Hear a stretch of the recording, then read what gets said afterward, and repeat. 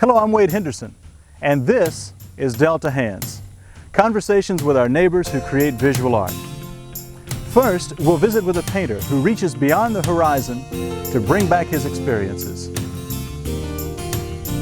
Then, we'll visit a sculptor who works in neon light. And finally, we'll watch a Baton Rouge painter for whom reality is beauty. Our first story is with an artist who's received international recognition. Elemore Morgan Jr. has inspired a generation of artists through his work in the University of Louisiana at Lafayette's art department. But if the heat is rising and the clouds are boiling, Elemore Morgan Jr. is at work.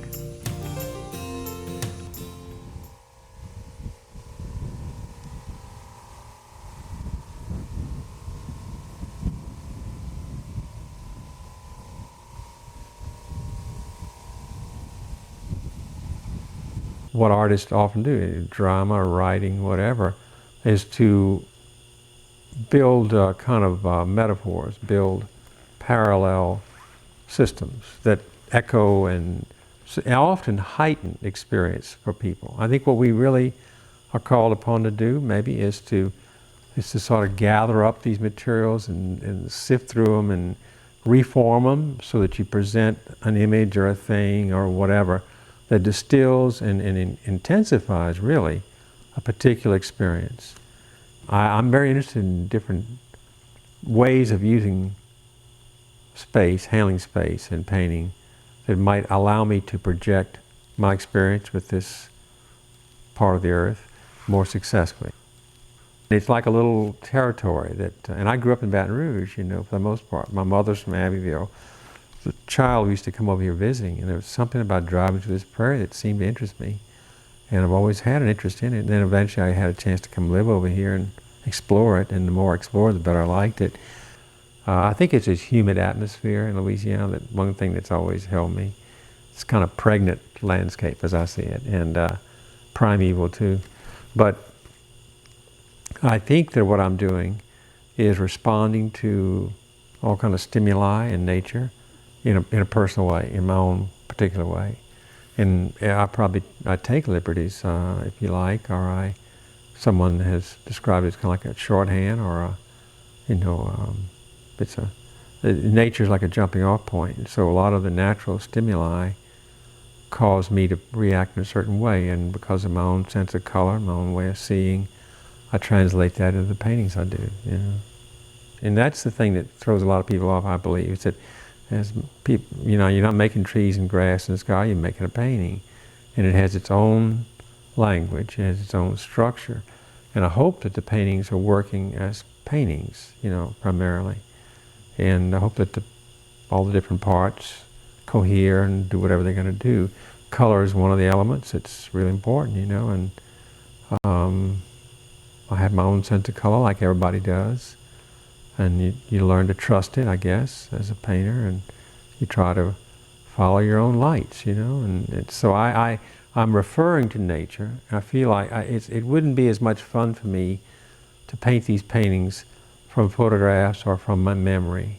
There's something about being out there in the landscape, and something about the feeling the sun and the wind and hearing the sounds, and there's something exciting about that to me.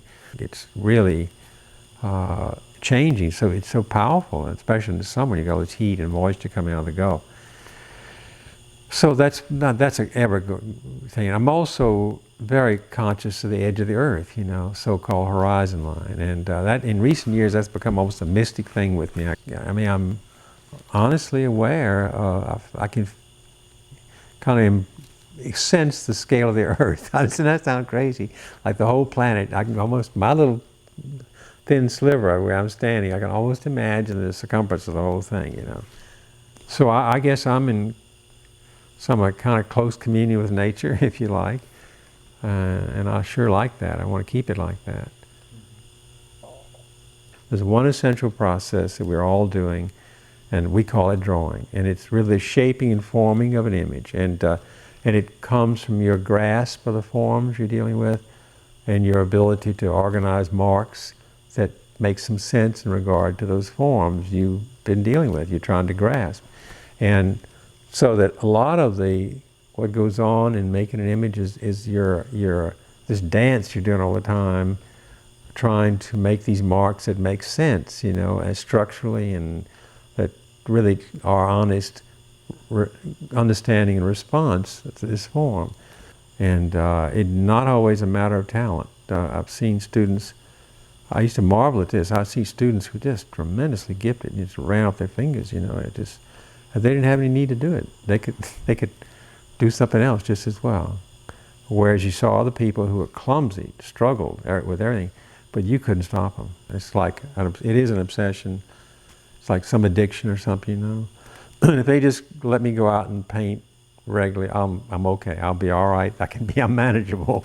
And so, if I don't get a fairly regular, steady diet of it, I build up like a head of steam, and I just need to do it. And so that it sort of starts like that. That's really like you've been impressed by that need to do it, Plus, you have ideas that come to you, and like every year, this rice season, it's like a cycle I'm on. And I paint year-round, I work year-round, I work in the winter, but there's something about this rice season that's like, I get geared up for that.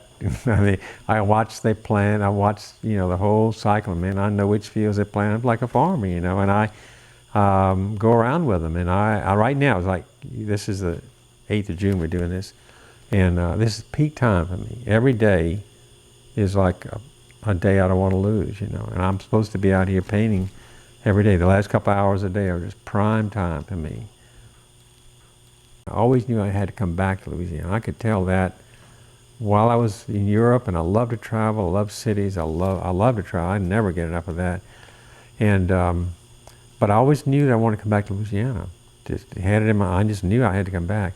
My father was a big influence on me. My father was a photographer, well-known Louisiana photographer, and Dad gave me an example, really, of someone who I thought made art with his photographs, but also made a living with it. He supported a family. He didn't have any grants. He made good work, and his work was art.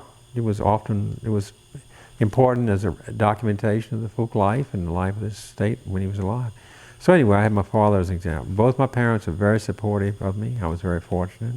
But it still took me a couple years in Europe while I was going to school over there to really find out that I had to do it. And I did a lot of reading biographies of other artists to find out if I was the only one who was similarly afflicted. I had to, just how can I get out of this thing was the question I was trying to ask. And do I really have to do this thing? Because I could easily see, you could tell you were taking a path that was not likely to lead you down into any, it was going to lead to complications, difficulties, and it did.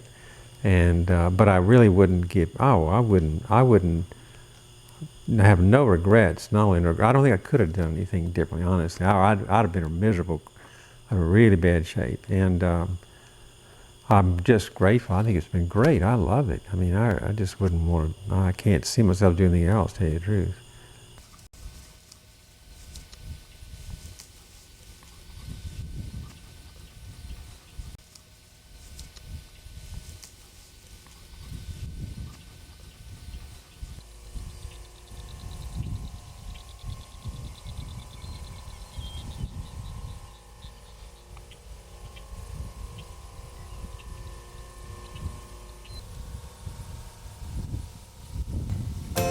Just ahead on Delta Hands, we'll go down to New Orleans and visit with a sculptor who works in neon light. And we'll see a Baton Rouge painter for whom reality is beauty is reality.